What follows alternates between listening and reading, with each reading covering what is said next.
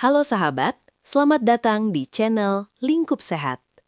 Di sini, Anda akan menemukan tips kesehatan sederhana, informasi penting, dan solusi alami untuk membantu Anda hidup lebih sehat dan bebas dari keluhan sehari-hari. Jangan lupa subscribe dan nyalakan notifikasi agar tidak ketinggalan video berikutnya. Bayangkan paru-paru Anda seperti sebuah spons yang telah lama dipenuhi kotoran dan minyak. Jika tidak pernah dibersihkan, kerja jantung pun akan menjadi semakin berat. Inilah pendekatan alami untuk membantu membersihkannya. Halo, Bapak, Ibu, serta Sobat Sehat dimanapun berada. Assalamualaikum warahmatullahi wabarakatuh, dan salam sejahtera untuk kita semua. Pernahkah Bapak dan Ibu membayangkan bahwa di dalam rongga dada kita terdapat dua organ luar biasa yang terus bekerja tanpa henti? Organ tersebut mengembang dan mengempis sekitar 12 hingga 20 kali setiap menit, tanpa perlu kita sadari atau perintahkan. Itulah paru-paru kita. Namun kali ini, saya ingin mengajak Bapak dan Ibu membayangkan sesuatu yang berbeda. Coba bayangkan sebuah selokan di depan rumah yang setiap hari dilewati aliran air kotor, limbah dapur, serta lumpur. Selokan itu tidak pernah dibersihkan selama bertahun-tahun, hanya sesekali terisi penuh saat hujan, lalu kembali surut. Bagaimana kira-kira kondisinya sekarang? Tentu sudah dipenuhi endapan lumpur hitam, lendir yang lengket, dan bau yang tidak sedap. Bapak dan Ibu yang saya hormati, kurang lebih seperti itulah kondisi paru-paru pada seseorang yang telah lama menjadi perokok berat. Bersama saya, Dr. Dinda. Sebelum kita masuk lebih jauh ke pembahasan yang sangat penting ini, ada satu hal yang ingin saya sampaikan. Jika Bapak dan Ibu merasa bahwa channel Lingkup Sehat memberikan manfaat dan ingin terus mendapatkan informasi kesehatan yang disampaikan dengan hangat dan mudah dipahami, silakan tekan tombol subscribe di bagian bawah video ini. Gratis, tidak berbayar, dan tentu tidak akan membebani Bapak Ibu. Dengan berlangganan, Bapak dan Ibu menjadi bagian dari keluarga besar Sobat Sehat, dan saya akan terus menemani dalam menjaga kesehatan dari dalam. Sekarang, saya ingin mengajak Bapak Ibu untuk berinteraksi sejenak. Silakan tuliskan di kolom komentar kalimat "Saya ingin paru-paru saya bersih kembali". Lalu tambahkan asal kota Bapak Ibu, misalnya dari Jakarta, Surabaya, Medan, Aceh, atau daerah lainnya. Saya akan sangat senang membaca setiap komentar yang masuk. Karena dengan menuliskan harapan tersebut, insya Allah menjadi langkah awal untuk lebih peduli terhadap kesehatan diri.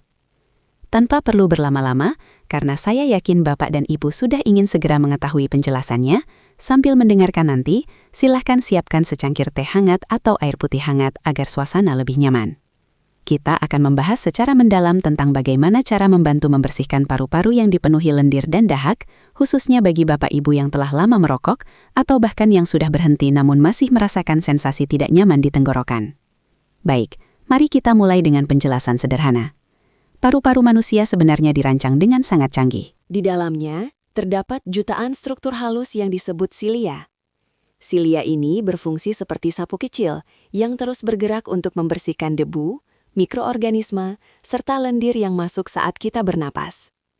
Mereka bekerja layaknya petugas kebersihan yang rajin, menjaga jalan tetap bersih. Sekarang, bayangkan Bapak Ibu memiliki spons pencuci piring yang baru, bersih, elastis, dan memiliki pori-pori yang masih bagus. Setiap hari, spons tersebut digunakan untuk menyerap air kotor, minyak, serta sisa makanan. Namun setelah digunakan, spons itu tidak pernah dicuci bersih, hanya diperas sedikit lalu dipakai kembali. Seiring waktu, hari demi hari, minggu demi minggu, apa yang akan terjadi? Spons tersebut akan berubah warna menjadi gelap, berbau tidak sedap, dan lama-kelamaan menjadi keras, serta kehilangan kemampuannya untuk menyerap air. Kondisi inilah yang menggambarkan paru-paru jika terus-menerus terpapar asap rokok. Kandungan tar dan nikotin dalam rokok bertindak seperti zat lengket yang melapisi dinding paru-paru, membuat silia menjadi tidak bergerak. Mereka seolah-olah seperti petugas kebersihan yang terjebak dalam lumpur sehingga tidak mampu menjalankan tugasnya. Sekarang, mari kita bahas dua resiko utama dari kondisi tersebut. Bahaya pertama adalah paru-paru dapat berubah menjadi tempat berkembangnya kuman dan bakteri. Karena sapu-sapu kecil tersebut tidak lagi berfungsi optimal, lendir dan dahak yang seharusnya dikeluarkan justru menumpuk di dalam. Lendir ini merupakan protein yang sangat disukai oleh bakteri dan virus. Ibaratnya, bapak dan ibu sedang menyediakan hidangan prasmanan gratis di dalam paru-paru bagi berbagai mikroorganisme berbahaya. Dampaknya, bapak ibu menjadi lebih rentan mengalami infeksi saluran pernafasan. Batuk dan pilek ringan bisa dengan cepat menjalar ke paru-paru dan berkembang menjadi bronkitis. Jika sudah terjadi bronkitis, proses penyembuhannya cenderung lama, bahkan bisa berlangsung hingga berminggu-minggu. Bahaya kedua yang tidak kalah penting adalah meningkatnya beban kerja jantung. Mungkin Bapak dan Ibu bertanya, apa hubungan paru-paru dengan jantung? Hubungannya sangat erat. Paru-paru yang kotor dan dipenuhi lendir akan bekerja lebih berat. Dindingnya menjadi menebal dan aliran udara pun terhambat. Untuk mendapatkan oksigen yang cukup, jantung harus memompa darah lebih kuat dan lebih cepat menuju paru-paru. Bayangkan Bapak Ibu biasa minum menggunakan sedotan normal, kemudian diganti dengan sedotan yang jauh lebih kecil dan sempit, bahkan sebagian tersumbat. Tentu Bapak Ibu harus menghisap lebih kuat hingga terasa berat. Hal serupa terjadi pada jantung. Ia dipaksa bekerja ekstra keras setiap detik tanpa henti. Dalam jangka panjang, kondisi ini dapat menyebabkan otot jantung kelelahan, membesar, bahkan berujung pada gangguan fungsi. Inilah alasan mengapa banyak perokok berat mengalami sesak napas, bukan hanya karena kerusakan paru-paru, tetapi juga karena jantung yang mulai kewalahan. Setelah memahami betapa pentingnya menjaga kebersihan paru-paru, kini kita masuk ke bagian utama, yaitu solusi alami yang dapat dilakukan di rumah. Bahan-bahannya sederhana, mudah ditemukan, dan relatif terjangkau, sehingga tidak memerlukan biaya besar. Bahan yang diperlukan antara lain daun jambu biji, jahe, dan gula aren. Namun sebelum itu, saya ingin meluruskan beberapa anggapan yang keliru di masyarakat. Banyak yang mengira bahwa batuk berdahak adalah tanda penyakit serius yang harus segera diobati dengan obat keras. Padahal, batuk dan dahak merupakan mekanisme alami tubuh untuk mengeluarkan zat asing. Jadi tidak perlu panik berlebihan, tetapi tetap harus diwaspadai. Ada pula anggapan bahwa daun jambu biji hanya bermanfaat untuk mengatasi diare. Padahal, daun ini juga memiliki manfaat yang baik untuk saluran pernafasan. Sekarang saya, Dr. Dinda, akan memandu Bapak dan Ibu langkah demi langkah dalam membuat ramuan pembersih paru-paru ini. Silahkan disimak dengan baik atau dicatat jika diperlukan. Pertama, siapkan bahan-bahannya. Ambil sekitar 7 hingga 10 lembar daun jambu biji yang masih segar. Pilih daun yang berwarna hijau tua, bukan yang sudah menguning atau rusak. Cuci bersih di bawah air mengalir, dan gosok perlahan permukaannya agar kotoran atau sisa pestisida dapat hilang. Kedua, siapkan jahe. Gunakan jahe merah atau jahe emprit. Jahe merah lebih disarankan karena memiliki efek hangat yang lebih kuat. Ambil jahe sepanjang sekitar 3-4 cm, cuci bersih, kupas kulitnya, lalu memarkan hingga sedikit hancur agar kandungan minyak atsiri dan zat aktifnya dapat keluar saat proses perebusan. Ketiga, siapkan gula aren. Gula aren berbeda dengan gula pasir karena mengandung mineral yang lebih bermanfaat bagi tubuh. Selain itu, rasanya yang khas dapat menyeimbangkan rasa pahit dari daun jambu biji. Ambil sekitar setengah kepalan tangan, lalu iris tipis atau serut agar mudah larut. Keempat, proses memasak. Siapkan panci kecil atau teko. Jika memungkinkan, gunakan yang berbahan tanah liat, karena dipercaya dapat menjaga kualitas ramuan. Namun panci biasa juga dapat digunakan. Masukkan semua bahan, daun jambu biji, jahe yang telah dimemarkan, dan gula aren ke dalam panci. Tambahkan air bersih sebanyak 4 gelas atau sekitar 800 ml. Nyalakan api dengan intensitas sedang menuju kecil. Hindari api besar agar sari dari bahan dapat keluar secara maksimal. Rebus hingga mendidih, lalu kecilkan api dan biarkan hingga air menyusut menjadi sekitar setengahnya, yaitu 2 gelas atau 400 ml. Proses ini biasanya memakan waktu sekitar 30 hingga 45 menit. Air rebusan akan berubah warna menjadi coklat gelap dengan aroma khas jahe dan daun jambu. Setelah matang, matikan api, biarkan hangat, lalu saring untuk memisahkan ampasnya. Kelima, cara mengonsumsi. Minumlah ramuan ini dalam kondisi hangat, tidak terlalu panas maupun dingin. Konsumsi 1 gelas di pagi hari sekitar 30 menit sebelum sarapan, dan 1 gelas lagi di sore atau malam hari dengan kondisi perut tidak terlalu penuh. Lakukan secara rutin selama 2 minggu. Biasanya akan terasa perubahan seperti dahak lebih mudah keluar, batuk berkurang, dan pernapasan terasa lebih lega. Namun perlu diingat, Ramuan ini hanyalah terapi pendukung, bukan pengganti gaya hidup sehat. Langkah utama tetap menghentikan kebiasaan merokok. Jika terasa sulit, lakukan secara bertahap dengan mengurangi jumlah konsumsi setiap hari. Sekarang, mari kita lakukan latihan sederhana. Angkat tangan kanan, lalu tepuk perlahan bagian dada kiri di sekitar tulang dada. Lakukan dengan lembut sambil menarik napas dalam. Jika terasa getaran atau bunyi tertentu, itu bisa menjadi tanda adanya penumpukan lendir. Selanjutnya, duduk tegak, tarik napas panjang melalui hidung, tahan selama 3 detik, lalu hembuskan perlahan melalui mulut dengan bibir mengerucut seperti hendak bisiul. Perhatikan aliran napasnya. Apakah terasa lancar atau justru terhambat? Ulangi beberapa kali dan rasakan perbedaannya. Jika napas terasa pendek atau terdengar bunyi di dada, itu menjadi sinyal bahwa saluran pernapasan perlu mendapatkan perhatian dan perawatan lebih lanjut. Ada satu hal lagi yang sering luput dari perhatian. Coba Bapak dan Ibu rasakan kondisi tenggorokan saat ini. Apakah terasa gatal atau seperti ada sesuatu yang mengganjal? Tidak jarang kita merasa tenggorokan gatal lalu spontan berdeham. Sebenarnya itu adalah sinyal dari tubuh bahwa ada lendir yang menempel di bagian belakang tenggorokan. Lendir tersebut bisa saja berasal dari paru-paru yang naik ke atas. Karena itu, kondisi seperti ini sebaiknya tidak diabaikan. Setelah Bapak dan Ibu mencoba pemeriksaan sederhana tadi, saya berharap Bapak Ibu menjadi lebih memahami kondisi tubuh masing-masing. Kesehatan adalah sesuatu yang sangat berharga, dan deteksi sejak dini merupakan langkah penting dalam menjaganya. Bapak dan Ibu yang saya hormati, izinkan saya berbagi sedikit pengalaman dalam menangani pasien. Ini adalah kisah nyata, meskipun nama dan tempatnya telah saya samarkan. Ada seorang pasien pria, sebut saja Pak Surya, usianya 68 tahun. Beliau datang ke tempat praktik saya dengan keluhan batuk yang sudah berlangsung lebih dari 3 bulan. Awalnya batuk tersebut kering, namun lama-kelamaan menjadi berdahak, bahkan belakangan dahaknya berwarna kuning kehijauan. Pak Surya adalah seorang pensiunan pegawai swasta, dan beliau mengaku sudah merokok sejak usia 17 tahun. Artinya, selama kurang lebih 51 tahun paru-parunya terpapar asap rokok. Pada awalnya, Pak Surya menganggap batuk tersebut sebagai hal biasa. Ah, ini hanya batuk biasa, Dok. Mungkin karena cuaca. Begitu kira-kira yang beliau sampaikan. Ia hanya mengonsumsi obat batuk yang dijual bebas di warung, serta jamu tradisional.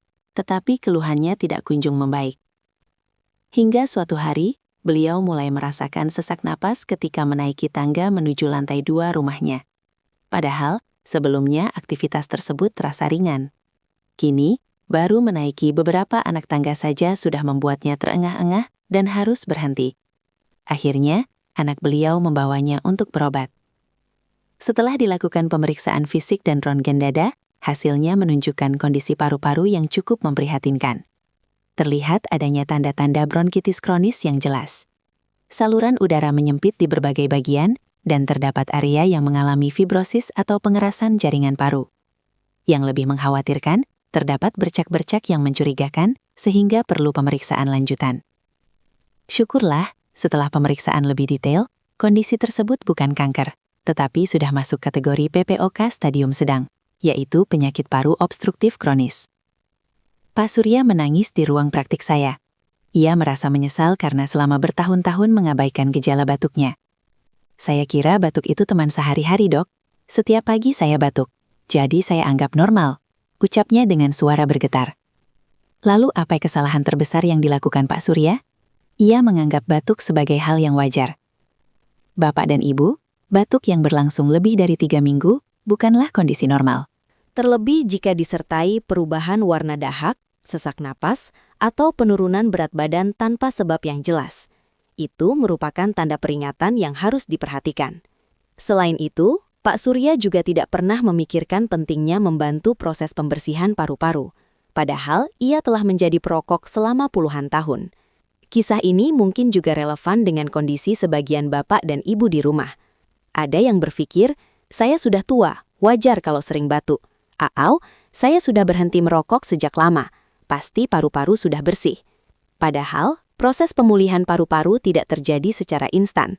Sisa zat berbahaya seperti tar dan nikotin masih dapat tertinggal dan perlu dibantu untuk dikeluarkan. Baik, sebelum kita sampai pada bagian akhir pembahasan, Saya ingin menjawab beberapa pertanyaan yang sering muncul terkait topik ini. Dan bagi Bapak Ibu yang belum berlangganan channel Lingkup Sehat, silakan subscribe agar tidak ketinggalan informasi kesehatan berikutnya. Pertanyaan pertama, apakah ramuan daun jambu biji aman dikonsumsi setiap hari? Secara umum, jawabannya aman.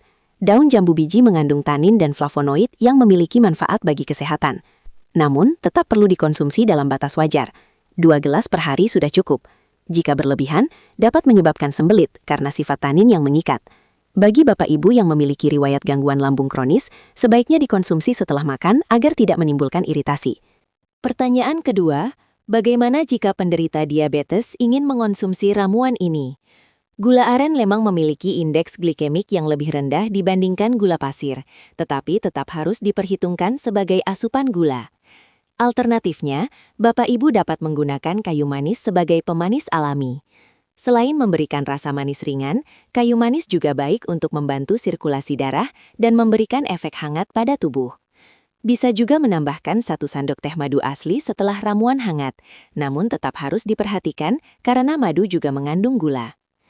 Pertanyaan ketiga, apakah ramuan ini aman dikonsumsi bersamaan dengan obat dari dokter? Pada dasarnya, bahan herbal dapat berinteraksi dengan obat medis. Oleh karena itu, sebaiknya diberi jeda waktu. Jika Bapak Ibu mengonsumsi obat dari dokter di pagi hari, maka ramuan herbal ini dapat diminum sekitar 2 hingga 3 jam setelahnya. Hindari mengonsumsinya secara bersamaan agar tidak menimbulkan interaksi yang tidak diinginkan. Sebagai contoh, jika obat dari dokter diminum pada pukul 7 pagi hari, maka ramuan herbal dapat dikonsumsi sekitar pukul 10 pagi. Hal ini bertujuan untuk menghindari kemungkinan interaksi yang tidak diinginkan. Dan yang paling penting, tetaplah berkonsultasi dengan dokter yang menangani Bapak dan Ibu. Sampaikan secara terbuka, "Dokter, saya berencana mengonsumsi ramuan ini, apakah diperbolehkan?"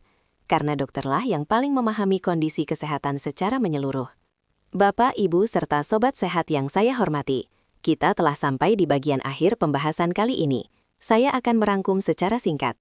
Paru-paru yang bersih merupakan investasi penting bagi kesehatan jangka panjang. Jangan pernah menganggap sepele batuk dan dahak yang berlangsung lama. Kenali kondisi tubuh dengan melakukan pemeriksaan mandiri secara rutin, dan bantu proses pembersihan paru-paru melalui ramuan alami seperti daun jambu biji, jahe, dan gula aren. Namun perlu diingat, ini adalah bagian dari usaha kita. Langkah utama tetaplah pencegahan, yaitu dengan tidak merokok atau berupaya berhenti merokok. Saya juga mengajak Bapak dan Ibu, apabila informasi ini dirasa bermanfaat, jangan hanya disimpan sendiri. Silahkan bagikan kepada keluarga, teman, atau grup seperti arisan, pengajian, maupun WhatsApp. Anggaplah ini sebagai bentuk amal jariah. Setiap orang yang mendapatkan manfaat dari informasi ini, insya Allah akan menjadi ladang pahala yang terus mengalir. Ilmu yang bermanfaat adalah salah satu amalan yang tidak terputus. Saya dengan tulus mendoakan, semoga Bapak dan Ibu senantiasa diberikan kesehatan yang baik, paru-paru yang bersih, pernafasan yang lega, serta umur yang penuh keberkahan. Semoga kita semua dijauhkan dari berbagai penyakit, diampuni segala kesalahan, dan dilancarkan rezekinya. Amin ya robbal alamin. Terima kasih sudah menonton sampai akhir. Semoga setiap informasi yang Anda dengarkan hari ini bisa menjadi pengingat bahwa menjaga kesehatan adalah bentuk kepedulian terbesar untuk diri sendiri dan orang-orang tercinta. Saya pamit undur diri. Jangan tunda untuk hidup lebih sehat. Karena waktu dan kesehatan adalah 2 hal yang tidak bisa diulang. Jika video ini bermanfaat, bagikan kepada keluarga dan orang yang Anda sayangi. Sampai bertemu kembali di video berikutnya. Salam hangat dan sehat selalu dari Lingkup Sehat.